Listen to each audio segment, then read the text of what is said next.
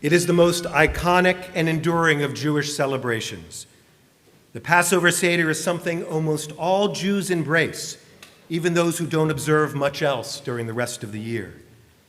Amidst the wafting fragrance of chicken soup and brisket, the gleam of good china and fine crystal, and the wine-stained nostalgia of well-worn Haggadot, there are some common human dynamics at play. The prodigal college student, freshly woke from a class on Western colonial oppression, holding forth on the latest affront to indigenous Amazonians.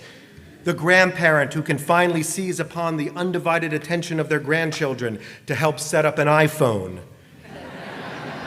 And of course, the drunk uncle blurting out views fed by a daily diet of Fox News blondes, spouting right-wing talking points, who always bumps the table to make the goblet wobble during the welcoming of Elijah, instilling fear in countless generations that the Redeemer is more poltergeist than prophet. But beneath all of these modern expressions of our annual embrace of matzah madness lies something more foundational, more impactful, and more transcendent. The Seder is about bringing family together intergenerationally in ways that matter more now than ever before in our increasingly disconnected, distracted, and distanced world. But the Seder is more than just a Jewish Thanksgiving feast. Even if only a Twitter version of the Haggadah is read and discussed, the essence of the Seder experience is the passing on of values to the next generation, a recognition of the freedom we enjoyed in the past, the freedom we must pay forward to those enslaved today, and the pursuit of an ultimate freedom on that day of days to come. These values shape the attitudes and behaviors that ensure there will be a world worth living in for the next generation. The Seder is a loving telescoping of time, binding the sacrifices of the past to the needs of the present and the hopes for the future. This profound care about the morals, mindset, and well-being of the next generation is perhaps the most compelling Jewish value, rivaling even the saving of life. One Talmudic passage pushes parents to provide a balance between principles and the practical, emphasizing our obligation to bring our children into the Jewish community, teach them a trade so that they can become self-sufficient, and even teaching them to swim, an important skill in the millennia before the advent of JCCs. It is woven into the very fabric of our most elemental mitzvot, as we are commanded by no less than Rabbis Crosby, Stills, and Nash to teach our children the Torah that must not remain rooted in a single generation.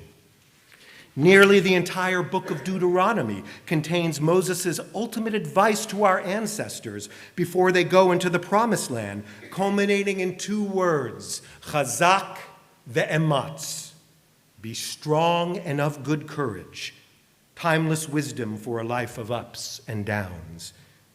And the tradition of tzavaot, of ethical wills that we are encouraged to write for our descendants, prioritizes the passing on of life lessons and important ideals equal to, if not surpassing, the transfer of mere material assets. This deep and abiding care for our children is not merely about the survival of a tribe. It's about preparing them for the future with ideas and aspirations so critical that we attribute them to God. When we are commanded to look not only ahead, but also to those who came before us. For in so many ways, we honor their gifts to us by securing them for those who come after us. If it's for the kinder, if it's for our kids, we Jews have always been willing to defer the comforts and gains of the moment for our dreams of tomorrow. In considering how this key Jewish ethic applies to the trials of our current generation, there is no challenge more perilous or profound than climate change. Despite best efforts to the contrary, we know in our heart of hearts that this is a far more existential issue than a partisan one. It's not merely the fodder for tree huggers and eco-Puritans. It is now a full-blown red zone crisis that will determine nothing less than the habitability of the planet for the young living amongst us now, this very moment. Now, this is not a sermon in which I'll try to persuade you with statistics and studies, arguments and rationales. We are well beyond the need to persuade.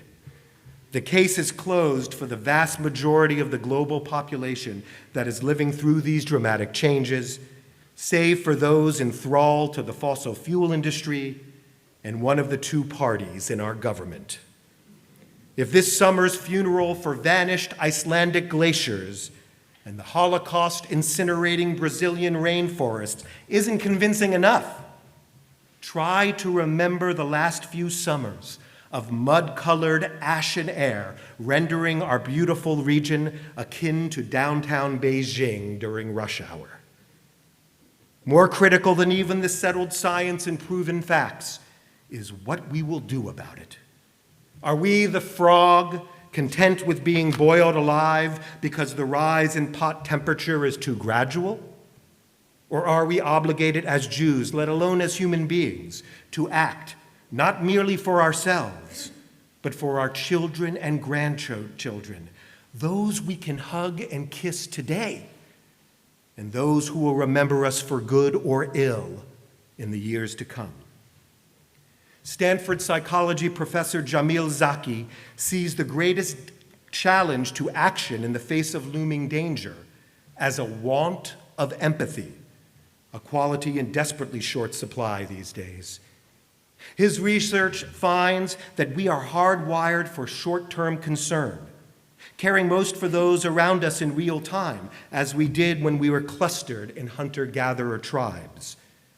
And while we have evolved much over the millennia, our innate empathy is an underdeveloped moral appendix, inadequate to the dire needs of the day. Across time and space, the years and the miles, empathy diminishes to apathy and negligence. Zaki observes a compassion collapse when we are overwhelmed upon seeing an image of the suffering of a single Syrian child or immigrant toddler, yet are unmoved when reading statistics recounting thousands of the innocent dead, dying and struggling. And this collapse is even worse when we imagine future generations, even our future selves, who are strangers to us. Why pay a carbon tax now for the possibility of a deluged eastern coastline in 50 years? Why save for retirement now when I can spend on that Hawaiian vacation this winter? But Zaki is not all doom and gloom, and we are not solely determined by our biology. Empathy can be cultivated and built through choices and habits. We can turn the abstract into the concrete, making personal and even virtual contact with the impact of climate change on others. We need to vividly imagine what the next decade of hurricanes, fires, floods, food shortages, and taxed power grids will be like. It'll make the Unatana Tokef look like child's play. We need to remember the sting in the eyes, the white ash on our cars, the dirty haze obscuring Mount Rainier, and the acrid reek of burning forests that have marred our beautiful Pacific Northwest summers and will continue to do so unless we make a change. This path to nurturing empathy aligns well with our sacred responsibility to care for our children and our grandchildren. It's why some of the most effective climate change activists are young people. A recent statistic showed that 1 in 4 American teens have been involved in climate activism, an unprecedented number. Just last week, millions of young people around the world walked out of school and into the streets to protest our generation's inaction. This growing movement started with Sweden's teen prophet, Greta Thunberg. Her besieging of the Swedish parliament with her Fridays for the Future. That campaign gleaned global notoriety and a unique kind of resonance. Another youth activist put it bluntly, but with needed urgency to adult influencers and policymakers, quote, "You're all going to be dead in 2050. We're not. You're sealing our future now." And while struggles with our mortality are another obstacle to empathy for some of us, as Jews, we are comforted by the notion that what we bequeath to the future is nothing less than our immortality. Finally, Zaki offers a golden rule across the generations. Remembering the sacrifices of our parents and grandparents has been shown to inspire us to want to sacrifice for the future. This greatly expands the core Torah concept of ve'ahavta l'reacha kamocha, loving our neighbors as ourselves, to encompass the kind of spanning of time and space that is worthy of wisdom, shared by an eternal source of good, right, and justice. As Zaki concludes, seeking to evolve our emotional lives, our empathy, quote, might help us to finally become the ancestors our descendants deserve. A bit closer to home, I am proud that Temple Dehersh Sinai is a leading institution in preparations for the April 2020 celebration of the 50th anniversary of Earth Day. Our participation begins with an upcoming Temple Climate Covenant, part of a larger theme for the coming year and process toward awareness and action. We hope to launch this initiative near Hanukkah, season of our rededication to our values and our destiny. Many have insisted that real change to reverse this dangerous decline must come from the top down, with the leaders we choose at the ballot box who can enact different policies, and with the corporations that lobby for exclusions and exemptions, those that will only listen if we stake their bottom line on our better future. But personal changes in our habits and priorities, our purchasing power, and our political awareness can, if bound up with millions, if not billions of others, make a significant impact. In what we do in our daily lives and in what we demand from those who can effect broader change, we can look into the mirror of our conscience and know that we've done all we can as good global citizens, that we've fulfilled all we can in our covenant with God, and that we've ensured all we can for the lives of our children and our grandchildren. A story from our tradition, one that I often share at funerals for obvious reasons.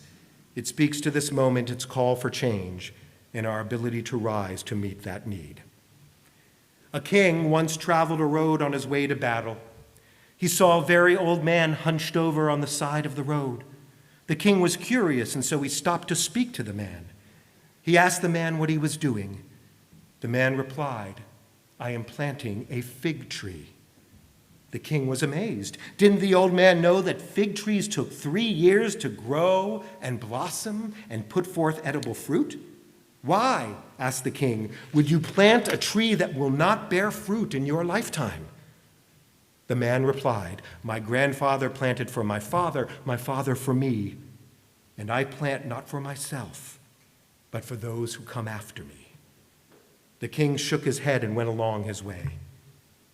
Years passed, and the king fought many battles and survived. He found himself traveling home along the same road, and not believing his eyes, he saw the same old man standing on the side of the road beneath a bounteous fig tree, picking fruit and placing it into his basket. As the king approached, he could see the man smiling, beaming a grin of faith and fulfillment.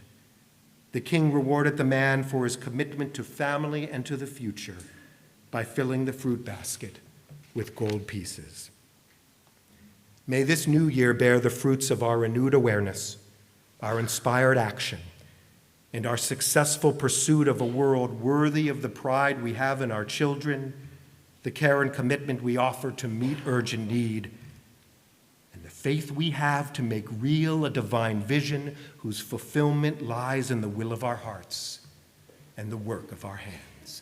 Ken Yehi Ratzon, may this be God's will. And let us say,